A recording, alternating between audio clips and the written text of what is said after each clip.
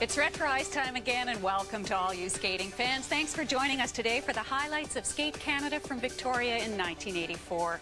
They were the middle years of the Brian Orser era, but what was even more interesting was that 1984 was the first year that pairs competition was included at Skate Canada.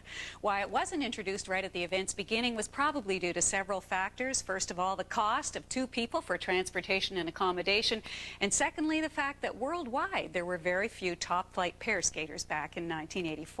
Remember, in the early stages, no one knew how successful these small international events would become or how important these competitions would be for the athletes' optimum training and exposure. Skate Canada was one of the first and considered one of the best, still is. What was the rest of the world like in 1984? Here are news headlines from the year.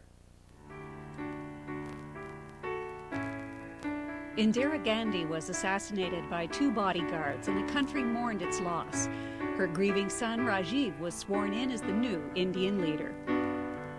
More tragedy a month later in Bhopal when a chemical leak killed over 2,500 people. In Russia, Konstantin Chernenko is elected Soviet leader after the death of Yuri Andropov. Back in Canada, Pierre Trudeau calls it quits after 16 years in politics, clearing the way for Brian Mulroney and the Conservatives to win the largest majority ever. On a sad note, Denis Lortie opened fire in the Quebec National Assembly, killing 3 people. Sergeant-at-Arms René Jalbert was heralded as a hero when he negotiated Lortie's surrender. And when the Space Shuttle Challenger took off, Marc Garneau became a household name as the first Canadian in space.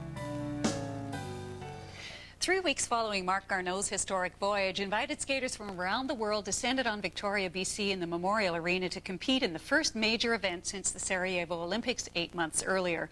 I loved Skate Canada and still do, for the thrill of seeing the new looks, the new programs, and the progress of some of the world's best skaters. It's like the first chapter of a brand new novel in a series of bestsellers. You get to taste the direction of the story, renew your friendships with familiar characters, and meet all the new personalities. I don't know about you, but after Skate Canada, I always want to make predictions about how the year is going to play out and who will become the major players.